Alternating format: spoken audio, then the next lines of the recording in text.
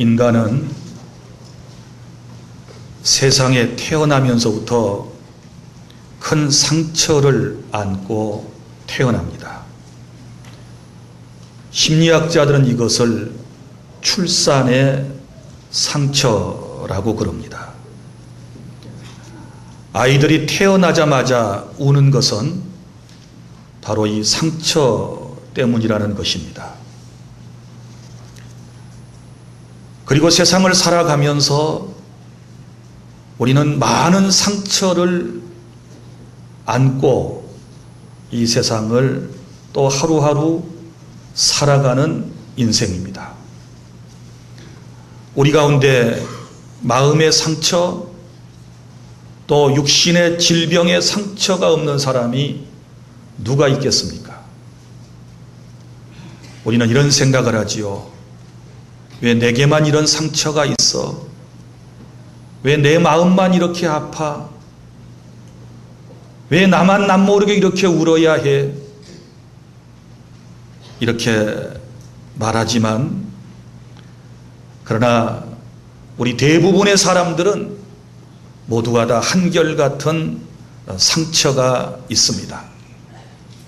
겉으로는 웃고 다니고 밝은 표정, 밝은 모습을 하고 다니지만, 용감하고 씩씩해 보이지만, 그리고 아주 냉철한 사람처럼 보이지만, 사리정명하고 그리고 아주 지혜로운, 또한 믿음이 있고 은혜가 충만한 사람처럼 보이지만, 사실 내면 세계를 들여다보면 남에게 말하지 못할 상처가 있습니다.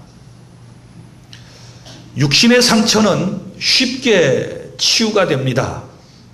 우리 어렸을 때 머리도 깨지고 얼굴도 찢기고 또 여기저기 상처가 있었지만, 이거 얼마 가지 않아서 쉽게 치유가 되었습니다. 그러나 마음에 받은 상처는 이거 치유하지 못하면 일평생 동안 마음속에 간직하고 사는 것입니다. 그렇지 않습니까? 또 이 상처라고 하는 것이 모르는 사람에게, 또 처음부터 내 대적이었던 사람에게, 나를 미워하는 사람에게 받은 상처라면 우리가 쉽게 이해가 되지만, 나를 가장 잘 알고 내가 가장 사랑하고 내가 가장 존경하고 내가 가장 가까이 지냈고 내가 가장 많은 사랑을 베풀어 주었고, 그리고 내 친구인 그 사람이 내게 상처를 줄 때, 가장 가까운 사람이 내 마음속에 상처를 줄 때 우리의 마음속에 쉽게 이 상처가 해결되지 않습니다. 기도하고 찬송하고 예배하면 마음이 잠잠해지고 평안해지고, 그 사람의 얼굴이 안 보이면, 그런 환경을 접하지 아니하면 마음이 평안하고 은혜가 넘치는 듯 보였다가도, 상처 준 사람을 만나고 상처받았던 비슷한 환경을 만나게 되었을 때 나도 모르게 내 속에서 울컥하고 올라오는 분노의 감정, 이것을 한이라고도 그럽니다. 사람들은 누구에게나 한이 있습니다. 마음속에 간직한 한이 있습니다. 예수 믿으면 다 해결된 줄 알았는데, 교회 다니면 다 해결될 줄 알았는데, 찬송 부르고 기도 열심히 하고 성경 구절을 외우면 마음이 편안해지고 다 해결된 줄 알았는데, 그게 아니에요. 어느 날 갑자기 속에서 올라와요. 나도 모르는 사이에 내 속에서 꿈틀거리고 올라오는 감정이 있어요. 이것을 어떻게 할 것입니까? 저는 31년 동안 우리 교회를 이끌어오면서 여러 가지 생각들이 참 많습니다. 특별히 성도들을 지도하면서 이런 생각을 합니다.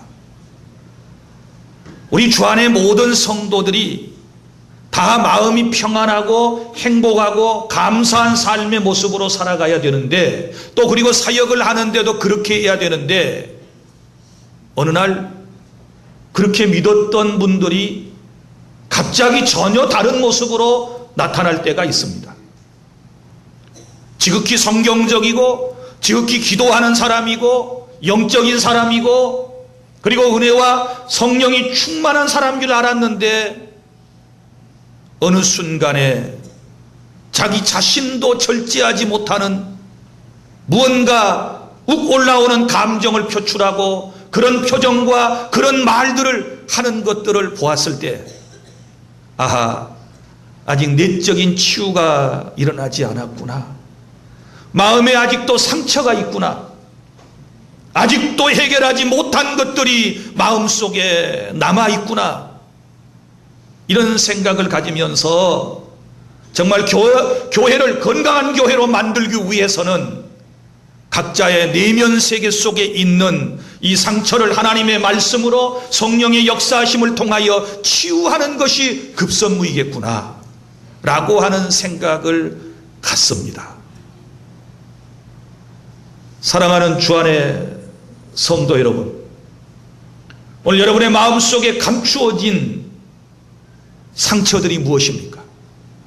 차마 남에게 말하지 못하고 남에게 표현하지 못하고 죽을 때까지 내 가슴 속에 묻어두고 살아가면서 나도 모르는 사이에 한 번씩 그 뚜껑을 열어보고 그리고 나도 모르는 사이에 내 속에서 분출되어 나오는 이런 부정적인 감정들, 이런 마음이 우리 속에 없습니까? 나는 여러분들이 오늘 성령님의 강력한 역사하심을 통하여 이 말씀을 듣는 순간에 여러분 안에 있는 모든 상한 감정들이 깨끗이 치유되는 역사가 일어날 수 있기를 바랍니다. 내적 치유를 경험하면 마음이 기뻐집니다. 내적 치유를 경험하면 친절한 사람이 됩니다. 내적 치유를 경험하면 늘 감사하며 살 수 있습니다. 내적 치유를 경험한 사람들은 남에게 상처를 잘 받지도 않고 주지도 않습니다. 여러분 보십시오. 우리는 많은 사람에게 상처를 받는다고 그럽니다. 그런데 상처를 받는 여러분의 마음을 한번 살펴보십시오. 여러분의 마음이 상처투성이기 때문에 상처를 받는 것이고 상처를 치유받지 못했기 때문에 아픔을 느끼는 것입니다. 보십시오. 서울대학교에 다니는 학생에게 사람들이 저 미련한 놈, 저 공부도 못하는 놈, 저 무식한 놈 이렇게 얘기한다고 해서 서울대학 학생이 상처를 입겠습니까? 절대로 입지 않지요. 늘 장학금을 받아가면서 공부하는 학생에게 사람들이 쟤는 공부도 하지 않아, 쟤는 머리가 나쁜가 봐 이렇게 말했을 때 상처가 될까요? 전혀 상처가 되지 않습니다. 왜냐하면 그에게는 상처가 될 만한 것이 없기 때문에 그렇습니다. 그리고 이미 상처를 극복한 사람들은 그런 건강한 마음을 가지고 살아갑니다. 저도 한때는 제 마음속에 많은 상처들이 있었습니다. 왜 저라고 없겠어요? 어린 시절 과거에 받은 상처, 내가 청소년기를 지내오면서 사람들에게 받은 상처, 또 목회를 하면서 제 마음속에 받은 수많은 상처들 왜 없겠습니까? 제가 항상 허허 웃고 다닌다고 해서 속조차 없는 건 아니지요. 저도 사람인데 때로는 말로 상처를 받기도 하고 어떤 사람의 표정 그것을 통해서 상처를 받기도 하고 어떤 사람의 글을 통해서 상처를 받기도 하고 수많은 상처들이 제 마음속에 있었습니다. 어느 날 저는 이 상처 때문에 내가 목회하는 것이 매우 힘들다는 생각이 들었습니다. 내 마음의 상처를 가지고 내가 목회를 하는 한 내 설교는 굉장히 날카롭고 그리고 내 설교가 비판적이 될 것이고 그리고 많은 사람을 사랑으로 이끌기가 매우 어렵다는 사실을 생각했습니다. 그러면서 상담학을 공부하고 심리학에 관심을 가지면서 또 영적 치유에 대한 수많은 관심들을 갖게 되면서 제 마음속에 하나님의 은혜로 치유가 임하기를 원하면서 기도하기를 시작했습니다. 하나님, 제 마음을 살펴주십시오. 제 마음속에 목사로서 남에게 말하지 못할 이런 감정들과 이런 과거들과 이런 아픔과 이런 슬픔과 이런 역경과 이런 고난이 있는데 내가 주님께만 보여드립니다. 성도들은 다 내가 강한 사람인 줄 알고 있습니다. 목사님의 마음속에는 늘 평안만 있고 기쁨만 있는 줄 알고 있는데 주여 정작 제 마음을 보시옵소서. 제 마음이 불안할 때도 있고 제 마음이 두려울 때도 있고 제 마음속에 불평이 있을 때도 있고 제 마음속에 낙심과 절망을 품고 살아갈 때도 있는데 주님 보십시오 하고 제 마음을 주님 앞에 보여드리기를 시작했습니다. 그리고 주의 영이 오셔서 내 상한 심령을 치유해 주시기를 기도했습니다. 그때 하나님의 거룩하신 영이 제 마음속에 오셔서 또 하나님의 말씀이 제 마음속에 임하셔서 제 마음속의 모든 상처를 치유해 주셨습니다. 할렐루야. 그때부터는 누가 제게 상처를 주어도 제가 상처를 여간해서는 안 받습니다. 이런 생각이 들어요. 누군가가 제게 상처를 주고 내 앞에서 이상스러운 행동을 하게 되면 저는 이렇게 생각합니다. 아, 저분의 마음이 얼마나 아프면 저럴까. 참 마음이 아픈 분이구나. 영적인 환자구나. 마음에 상처가 있기 때문에 누구에겐가 말하지 못할 사정이 있었기에 그것이 잠재되어 말로 나오고 표정으로 나오고 행동으로 나온다는 사실을 생각하면 그저 안타깝기만 합니다. 긍휼히 여기는, 불쌍히 여기는 소위 짠한 감정이 마음속에 드는 것뿐이지 그 어떤 사람도 미운 감정이 없습니다. 이것은 제 진심입니다. 그렇다고 해서 여러분이 우리 목사님 한번 테스트해보자, 우리 목사님 마음을 한번 쿡 찔러볼까, 내게도 어떻게 반응하시는지, 그러면 그 사람은 나쁜 사람입니다. 사랑하는 주안의 성도 여러분, 내 내면 세계 속에 상처가 치유받아야 누가 뭐라고 그래도 그거 별거 아니라고 대수롭지 않게 여겨버리고 세상을 살아갈 수 있습니다. 세상을 살아가다 보면 누가 칭찬과 격려만 해주나요? 모든 사람이 다 내 편이나요? 나를 이해해 주나요? 내게 항상 좋은 사람으로만 보여지던가요? 아니지요. 세상에 살다 보면 못마땅한 일도 있고 못마땅한 사람도 있고 소리를 질러야 할 때도 있고 혈기를 내야 할 때도 있고 그런 사람들이 우리 주변에 가득 차 있습니다. 우리 이런 세상을 살아가고 있습니다. 그래서 때때로 모든 것이 내 마음대로 되지 아니할 때 마음에 상심이 되고 내 영혼이, 내 심령이 상처를 입게 되는 것입니다. 그런데 그때그때마다 상한 마음을 치유받아야 되는데 그래야 건강한 신앙생활이 될 수 있고 건강한 우리의 삶이 될 수 있는데 어떻게 하면 내 마음에 그리고 내 육체의 상처를 치유받을 수 있을까? 첫째로 이렇게 보십시오. 상처를 그대로 주님께 가지고 나와서 전능하신 주님 앞에 그 상처를 보여드리고 치유해 달라고 기도하시기를 바랍니다. 여러분 보십시오. 사람이 어디 질병이 있고 상처가 있어서 병원에 가서 치료를 받으려면 부끄러워도 가야 되지요. 죄송한 얘기지만 부인과 질병이 있을 때 부끄럽다고 산부인과 안 가는가요? 비뇨기과 남자들이 안 가는가요? 가야 됩니다. 가서 어떻게 하는가요? 다 보여줘야 합니다. 의사에게 부끄럽지만 아픈 곳이지만 창피스럽지만 보여줘야 합니다. 보여줘야 치유가 가능하지요. 그런데 우리는 의사에게 찾아갈 때 마치 이런 사람처럼 붕대를 꽁꽁 동이고 옷을 여러 개를 걸쳐 입고 그대로 의사에게 가서 아프다는 얘기만 합니다. 나 아파요. 어디가 아픕니까? 예, 손이 상했어요. 붕대로 칭칭 감고서. 여러분, 손에 상처가 있으면 붕대를 풀고 보여줘야죠. 저 가슴에 상처 있어요. 말만 하고 보여주지 않는다면 어찌 되겠습니까? 보여야 되는 것입니다. 우리가 하나님 앞에 내 마음의 상처를 보여드려야 주님께서 보시고 치유해 주실 줄 믿습니다. 물론 하나님은 여러분의 상처를 떠들어보지 않아도 다 알고 계시고 다 보셨고, 주님은 전지하신 분이세요. 그럼에도 불구하고 주님은 우리에게 뭐라고 말씀하시는가 하면 너의 마음을 드러내 보이라고 말씀합니다. 그래서 주님께 보여드리시기를 바랍니다. 마음의 상처를 사람에게는 할 수 있으면 말하지 마세요. 사람에게는 보여주지 마세요.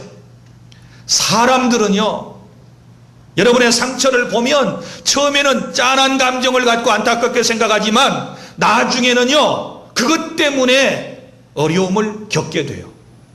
그래서 우리 기독교의 신앙은 하나님께 직고하는 것입니다. 직고가 무엇입니까? 하나님 앞에 직접 고백하는 것입니다. 신부님에게 고해성사를 하는 것이 아니고 우리는 하나님께 직접 고백해야 돼요. 사람에게 고백하지 말고, 사람에게 여러분의 마음을 보여주지 말고, 아무리 친한 친구라도, 아무리 가까운 사람이라도 여러분, 그거 보여줘가지고 나는 제대로 인간관계를 형성해 나가고 그 관계를 유지해 나가는 사람을 본 적이 없어요. 친할 때는 모두 다 이해하는 것 같고, 친할 때는 모두가 다 친구 같고, 그러지만 사람이라고 하는 것은 환경에 따라서 또 어떤 사유에 따라서 얼마든지 오늘의 친구가 내일의 적이 될 수도 있는 것이고, 오늘 가깝게 지냈던 사람이 내일부터 영원히 만나지 못할 관계가 될 수도 있는 것이고, 사람은 그래요. 그래서 아픈 가슴은 주님께 보여드리시기를 바랍니다. 예수님께서 이렇게 말씀을 하셨습니다. 마태복음 11장 18절, 수고하고 무거운 짐진 자들아 다 내게로 오라, 내가 너희를 쉬게 하리라. 주님 앞에 나와서 나의 마음 속에, 내 내면 속에 담겨져 있는 것들을 주님 앞에 보여드리면서, 주님 보세요, 저 솔직히 이런 사람이에요. 제 마음 속에 이런 응어리가 있어요. 이런 한이 있어요. 주님, 이게 해결되지 않아서 회의할 때 큰 소리치고, 이게 해결되지 않아서 부부간의 관계가 좋지 못했고, 이 마음속에 응어리가 해결되지 않았기 때문에 내가 사람들과 잘 어울리지를 못했고, 내 마음속에 이런 상처들 때문에 내 얼굴이 어두웠고, 내 신앙생활의 진보가 없었사오니 주여 나를 긍휼히 여겨주시고 내 마음 한 번만 만져 주시옵소서. 그러면 주님이 우리의 상한 마음을 만져주실 줄 믿습니다.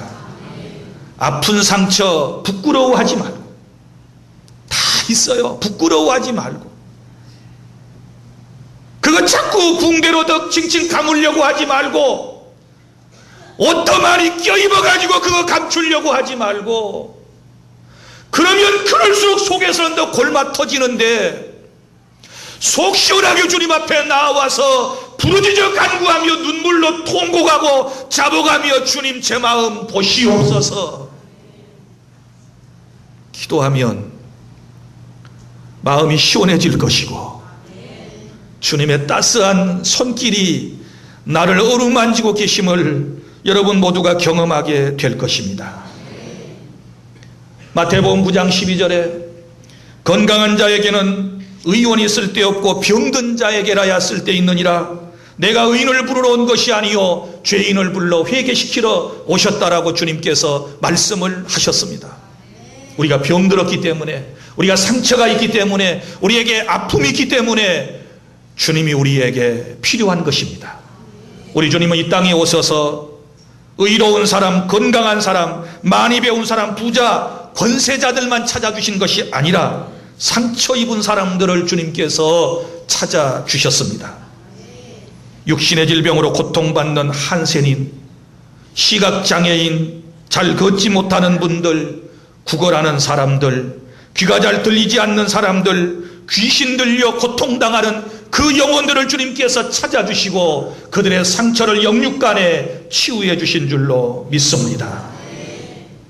오늘 여러분 마음속에 어떤 상처가 있으십니까? 다시 말하지만 부끄러워하지 말고 그 상처를 가지고 주님께로 나오십시오. 그리고 그 상처를 주님께 보여드리십시오. 십자가 밑에 내려놓으십시오. 주님이 치유해 주실 줄로 믿습니다. 구약성경 욥기서 5장 17절, 하나님은 아프시게 하시다가 싸매시며 상하게 하시다가 그 손으로 고쳐주신다고 말씀을 하셨습니다. 주님이 나의 치유자가 되심을 믿으시기를 바랍니다. 그리고 둘째는 상처를 치유받았으면 이제 복받는 그릇으로 만드십시오. 상처를 영광의 상처로 만들어 가실 수 있기를 바랍니다. 여러분, 상처를 많이 받은 분 가운데 제가 몇 분을 소개해 드리면 그 중에 사도 바울을 여러분에게 소개할 수 있습니다. 이분은 출생할 때부터 신체적인 약점을 가지고 태어났음이 분명합니다. 그분의 그림을 보면, 그리고 그분에 대한 수많은 기록들을 보면, 그리고 성경에 나타나 있는 그분에 대한 기록들을 살펴서 종합해 보면 이분은 육체적 약점, 상처를 가지고 태어났습니다. 그의 몸은 죄송하지만 꼽추처럼 이렇게 등허리가 굽어 있었습니다. 그리고 얼굴은 아주 못났고 또 그의 눈은 늘 안질에 걸려가지고 눈꺼풀에 진물이 흘러넘치고 늘 눈이 너무 침침하기 때문에 사물을 밝히 보지 못했습니다.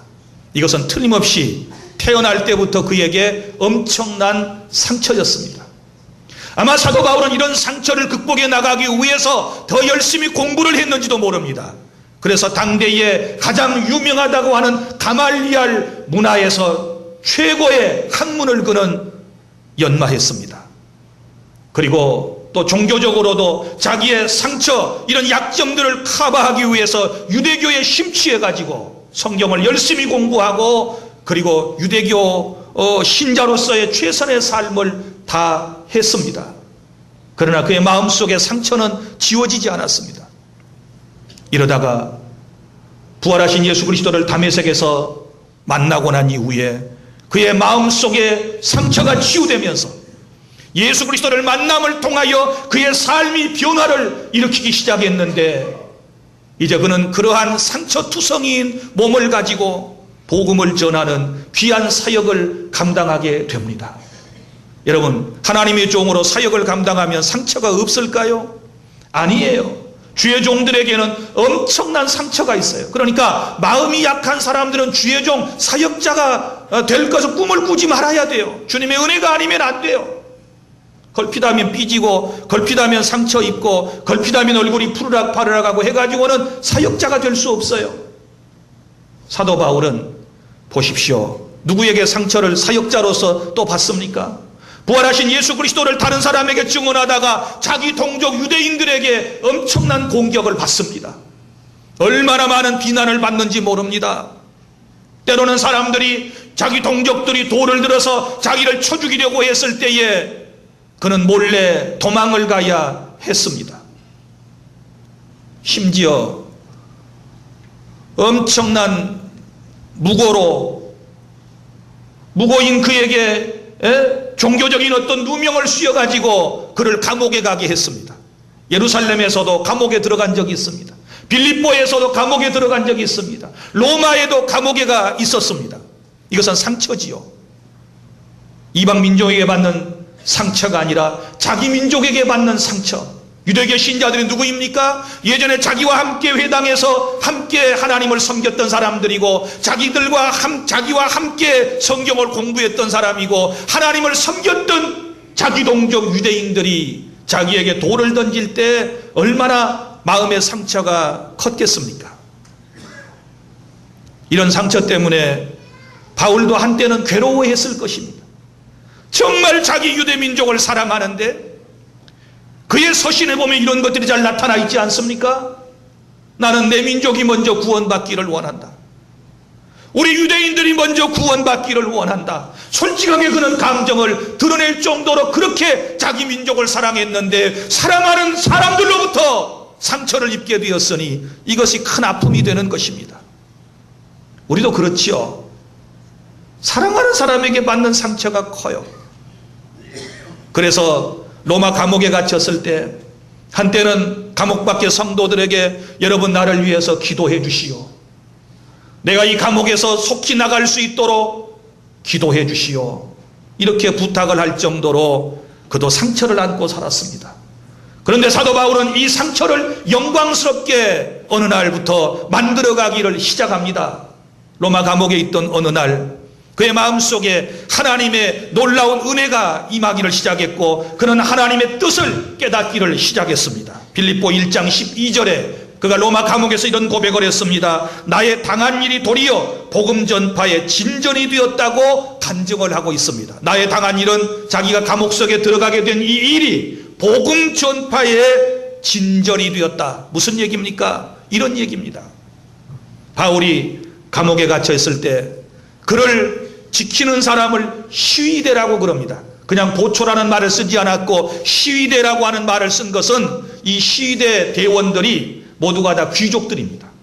그냥 우리가 말하는 보초병들이 아니고 로마의 귀족들, 높은 신분에 있는 사람들이 시위대에 들어갈 수가 있었던 거예요. 그런데 이분들이 6시간마다 한 번씩 교대하면서 바울을 지키게 됩니다. 어느 정도 자유가 있었기 때문에 바울은 자기를 지키기 위해서 온 시위대 사람들에게 예수 그리스도를 가르쳐 주기를 시작하고 그들에게 주님의 말씀을 전해주기를 시작했습니다. 그런데 하나님의 은혜는 놀랍게도 그들이 복음을 받아들이기를 시작했습니다. 그리고는 시위대 사람들이 예수님을 믿는 사람들이 많아졌습니다. 그래서 로마의 기독교가 시위대 사람들, 이 귀족들 계층에 먼저 들어가고 나중에는 기독교화 되어지는 놀라운 역사가 사도 바울이 감옥에 갇혀있을 그때를 통하여 일어났다는 사실을 믿으시기를 바랍니다. 상처를 영광스럽게 만든 위대한 인물 사도 바울의 신앙을 우리는 본받아야 될 줄로 믿습니다. 나는 왜 상처가 이렇게 많아요? 내 상처는 왜 이렇게 남들보다 더 아파요? 우리 탓하지만 말고 그 상처 속에서 하나님의 뜻을 깨닫고 상처를 극복하고 빛나는 인생으로 저와 여러분이 발전되어야 될 줄로 믿으시기를 바랍니다. 또 보십시오. 고린도후서 12장 7절부터 10절에 사도 바울에게는 찔리는 가시가 있었다고 하지 않았습니까? 육체의 질병이었습니다. 그래서 그 질병에서부터 노임을 받고 그는 평안함을 누리기 위해서 하나님께 3번씩이나 기도했습니다. 하나님, 제 병을 고쳐주세요. 이 육신에 찔리는 가시 때문에 너무 아파요. 주님, 치유해 주세요. 기도할 때마다 하나님께서는 네가 약할 때 강한 거야. 그러면서 주님께서 치유해 주시지 않았습니다. 끝내 사도 바울은 그 육신의 가시를 뽑아내지를 못했습니다. 그 고통을 안고서도 사도 바울은 귀한 사명을 감당하고 그 고통 때문에 하나님 앞에 엎드려 기도했고 그 고통 때문에 주님을 전적으로 신뢰했더니 그가 영적인 놀라운 체험을 하고 그는 비록 병들었지만 병든 사람을 위해서 기도할 때 병든 자가 치유되고 그 힘들고 고통스러운 모습으로 다른 사람에게 복음을 전했지만 그가 예수님을 믿고 구원받는 놀라운 역사가 일어났다라고 하는 사실을 믿으시기를 바랍니다. 상처를 영광스럽게 만들었습니다. 상처 때문에 그는 위대하게 된 사람입니다. 여러분의 상처가 무엇입니까? 그 상처로 우리가 하나님의 영광을 구하고 그 상처로 하나님의 뜻을 드러내는 저와 여러분이 될 수 있기를 바랍니다. 요한복음 4장 17절부터 18절에 한 여인이 나옵니다. 수가성의 한 여인. 이 여인이 어느 날 물을 기르러 왔다가 우물가에서 예수 그리스도를 만났습니다. 예수님과 대화하던 중에 주님께서 그의 아픈 상처를 툭 하고 찔러 대셨습니다. 너 남편이 5이 있었지? 그리고 지금 살고 있는 남자도 네 남자 아니지? 라고 예수님께서 그의 과거를 드러내셨을 때 그의 아픈 상처를 쿡 하고 찔러 버리셨을 때 얼마나 이 여인은 부끄러움을 느꼈고 그 상처가 아팠겠습니까? 그런데 놀라운 것은 바로 그 사실을 통해서 이 여인의 상처가 치유된 줄로 믿으시기를 바랍니다. 치유됐어요. 주님을 만나고 난 이후에 상처가 치유된 이 여인은 너무나도 마음이 기뻤어요. 그래서 물동이를 버려두고 수가성 동네에 뛰어들어가면서 사람들아, 내가 메시아를 만났다, 내가 기다리던 구세주를 만났다, 그런 복음을 전하는 여인이 된 줄로 믿으시기를 바랍니다. 상처 많은 여인이 주님을 만나서 상처를 치유받으니 그리스도를 증언하는 사람이 된 것입니다. 또 누가복음 7장 36절부터 50절에 상처를 치유받은 한 여인에 대한 헌신이 나옵니다. 예수님께서 십자가를 지시기 얼마 전에 한 여인이 예수님께 찾아왔습니다. 그리고 예수님의 발에다가 향유를 붓고 자기의 머리카락으로 예수님의 발을 씻어드리기를 시작한 것입니다. 성경은 그 여인에 대하여 거기서 정확하게 이름은 밝히지 않지만 이렇게 표현하고 있습니다. 죄를 지은 한 여자가 예수님께 찾아와서 향유를 주님의 발에 붓고 자기 머리카락을 사용해서 예수님의 발을 씻었다는 것입니다. 여러분, 우리는 이 여인이 마리아라고 우리는 생각하고 있습니다. 그리고 이 여인의 전직은 창녀였다고 사람들은 말하고 있습니다. 그러니까 상처받은 과거의 창녀였던 이 여인이 주님을 만나서 상처를 치유받고 나니 주님 앞에 헌신하고 싶은 것입니다. 주님께 뭔가를 해드리고 싶은 것입니다. 오늘 저와 여러분이 마음의 상처를 치유받고 나면 주님께 무언가를 드리고 싶은 마음이 생길 것입니다.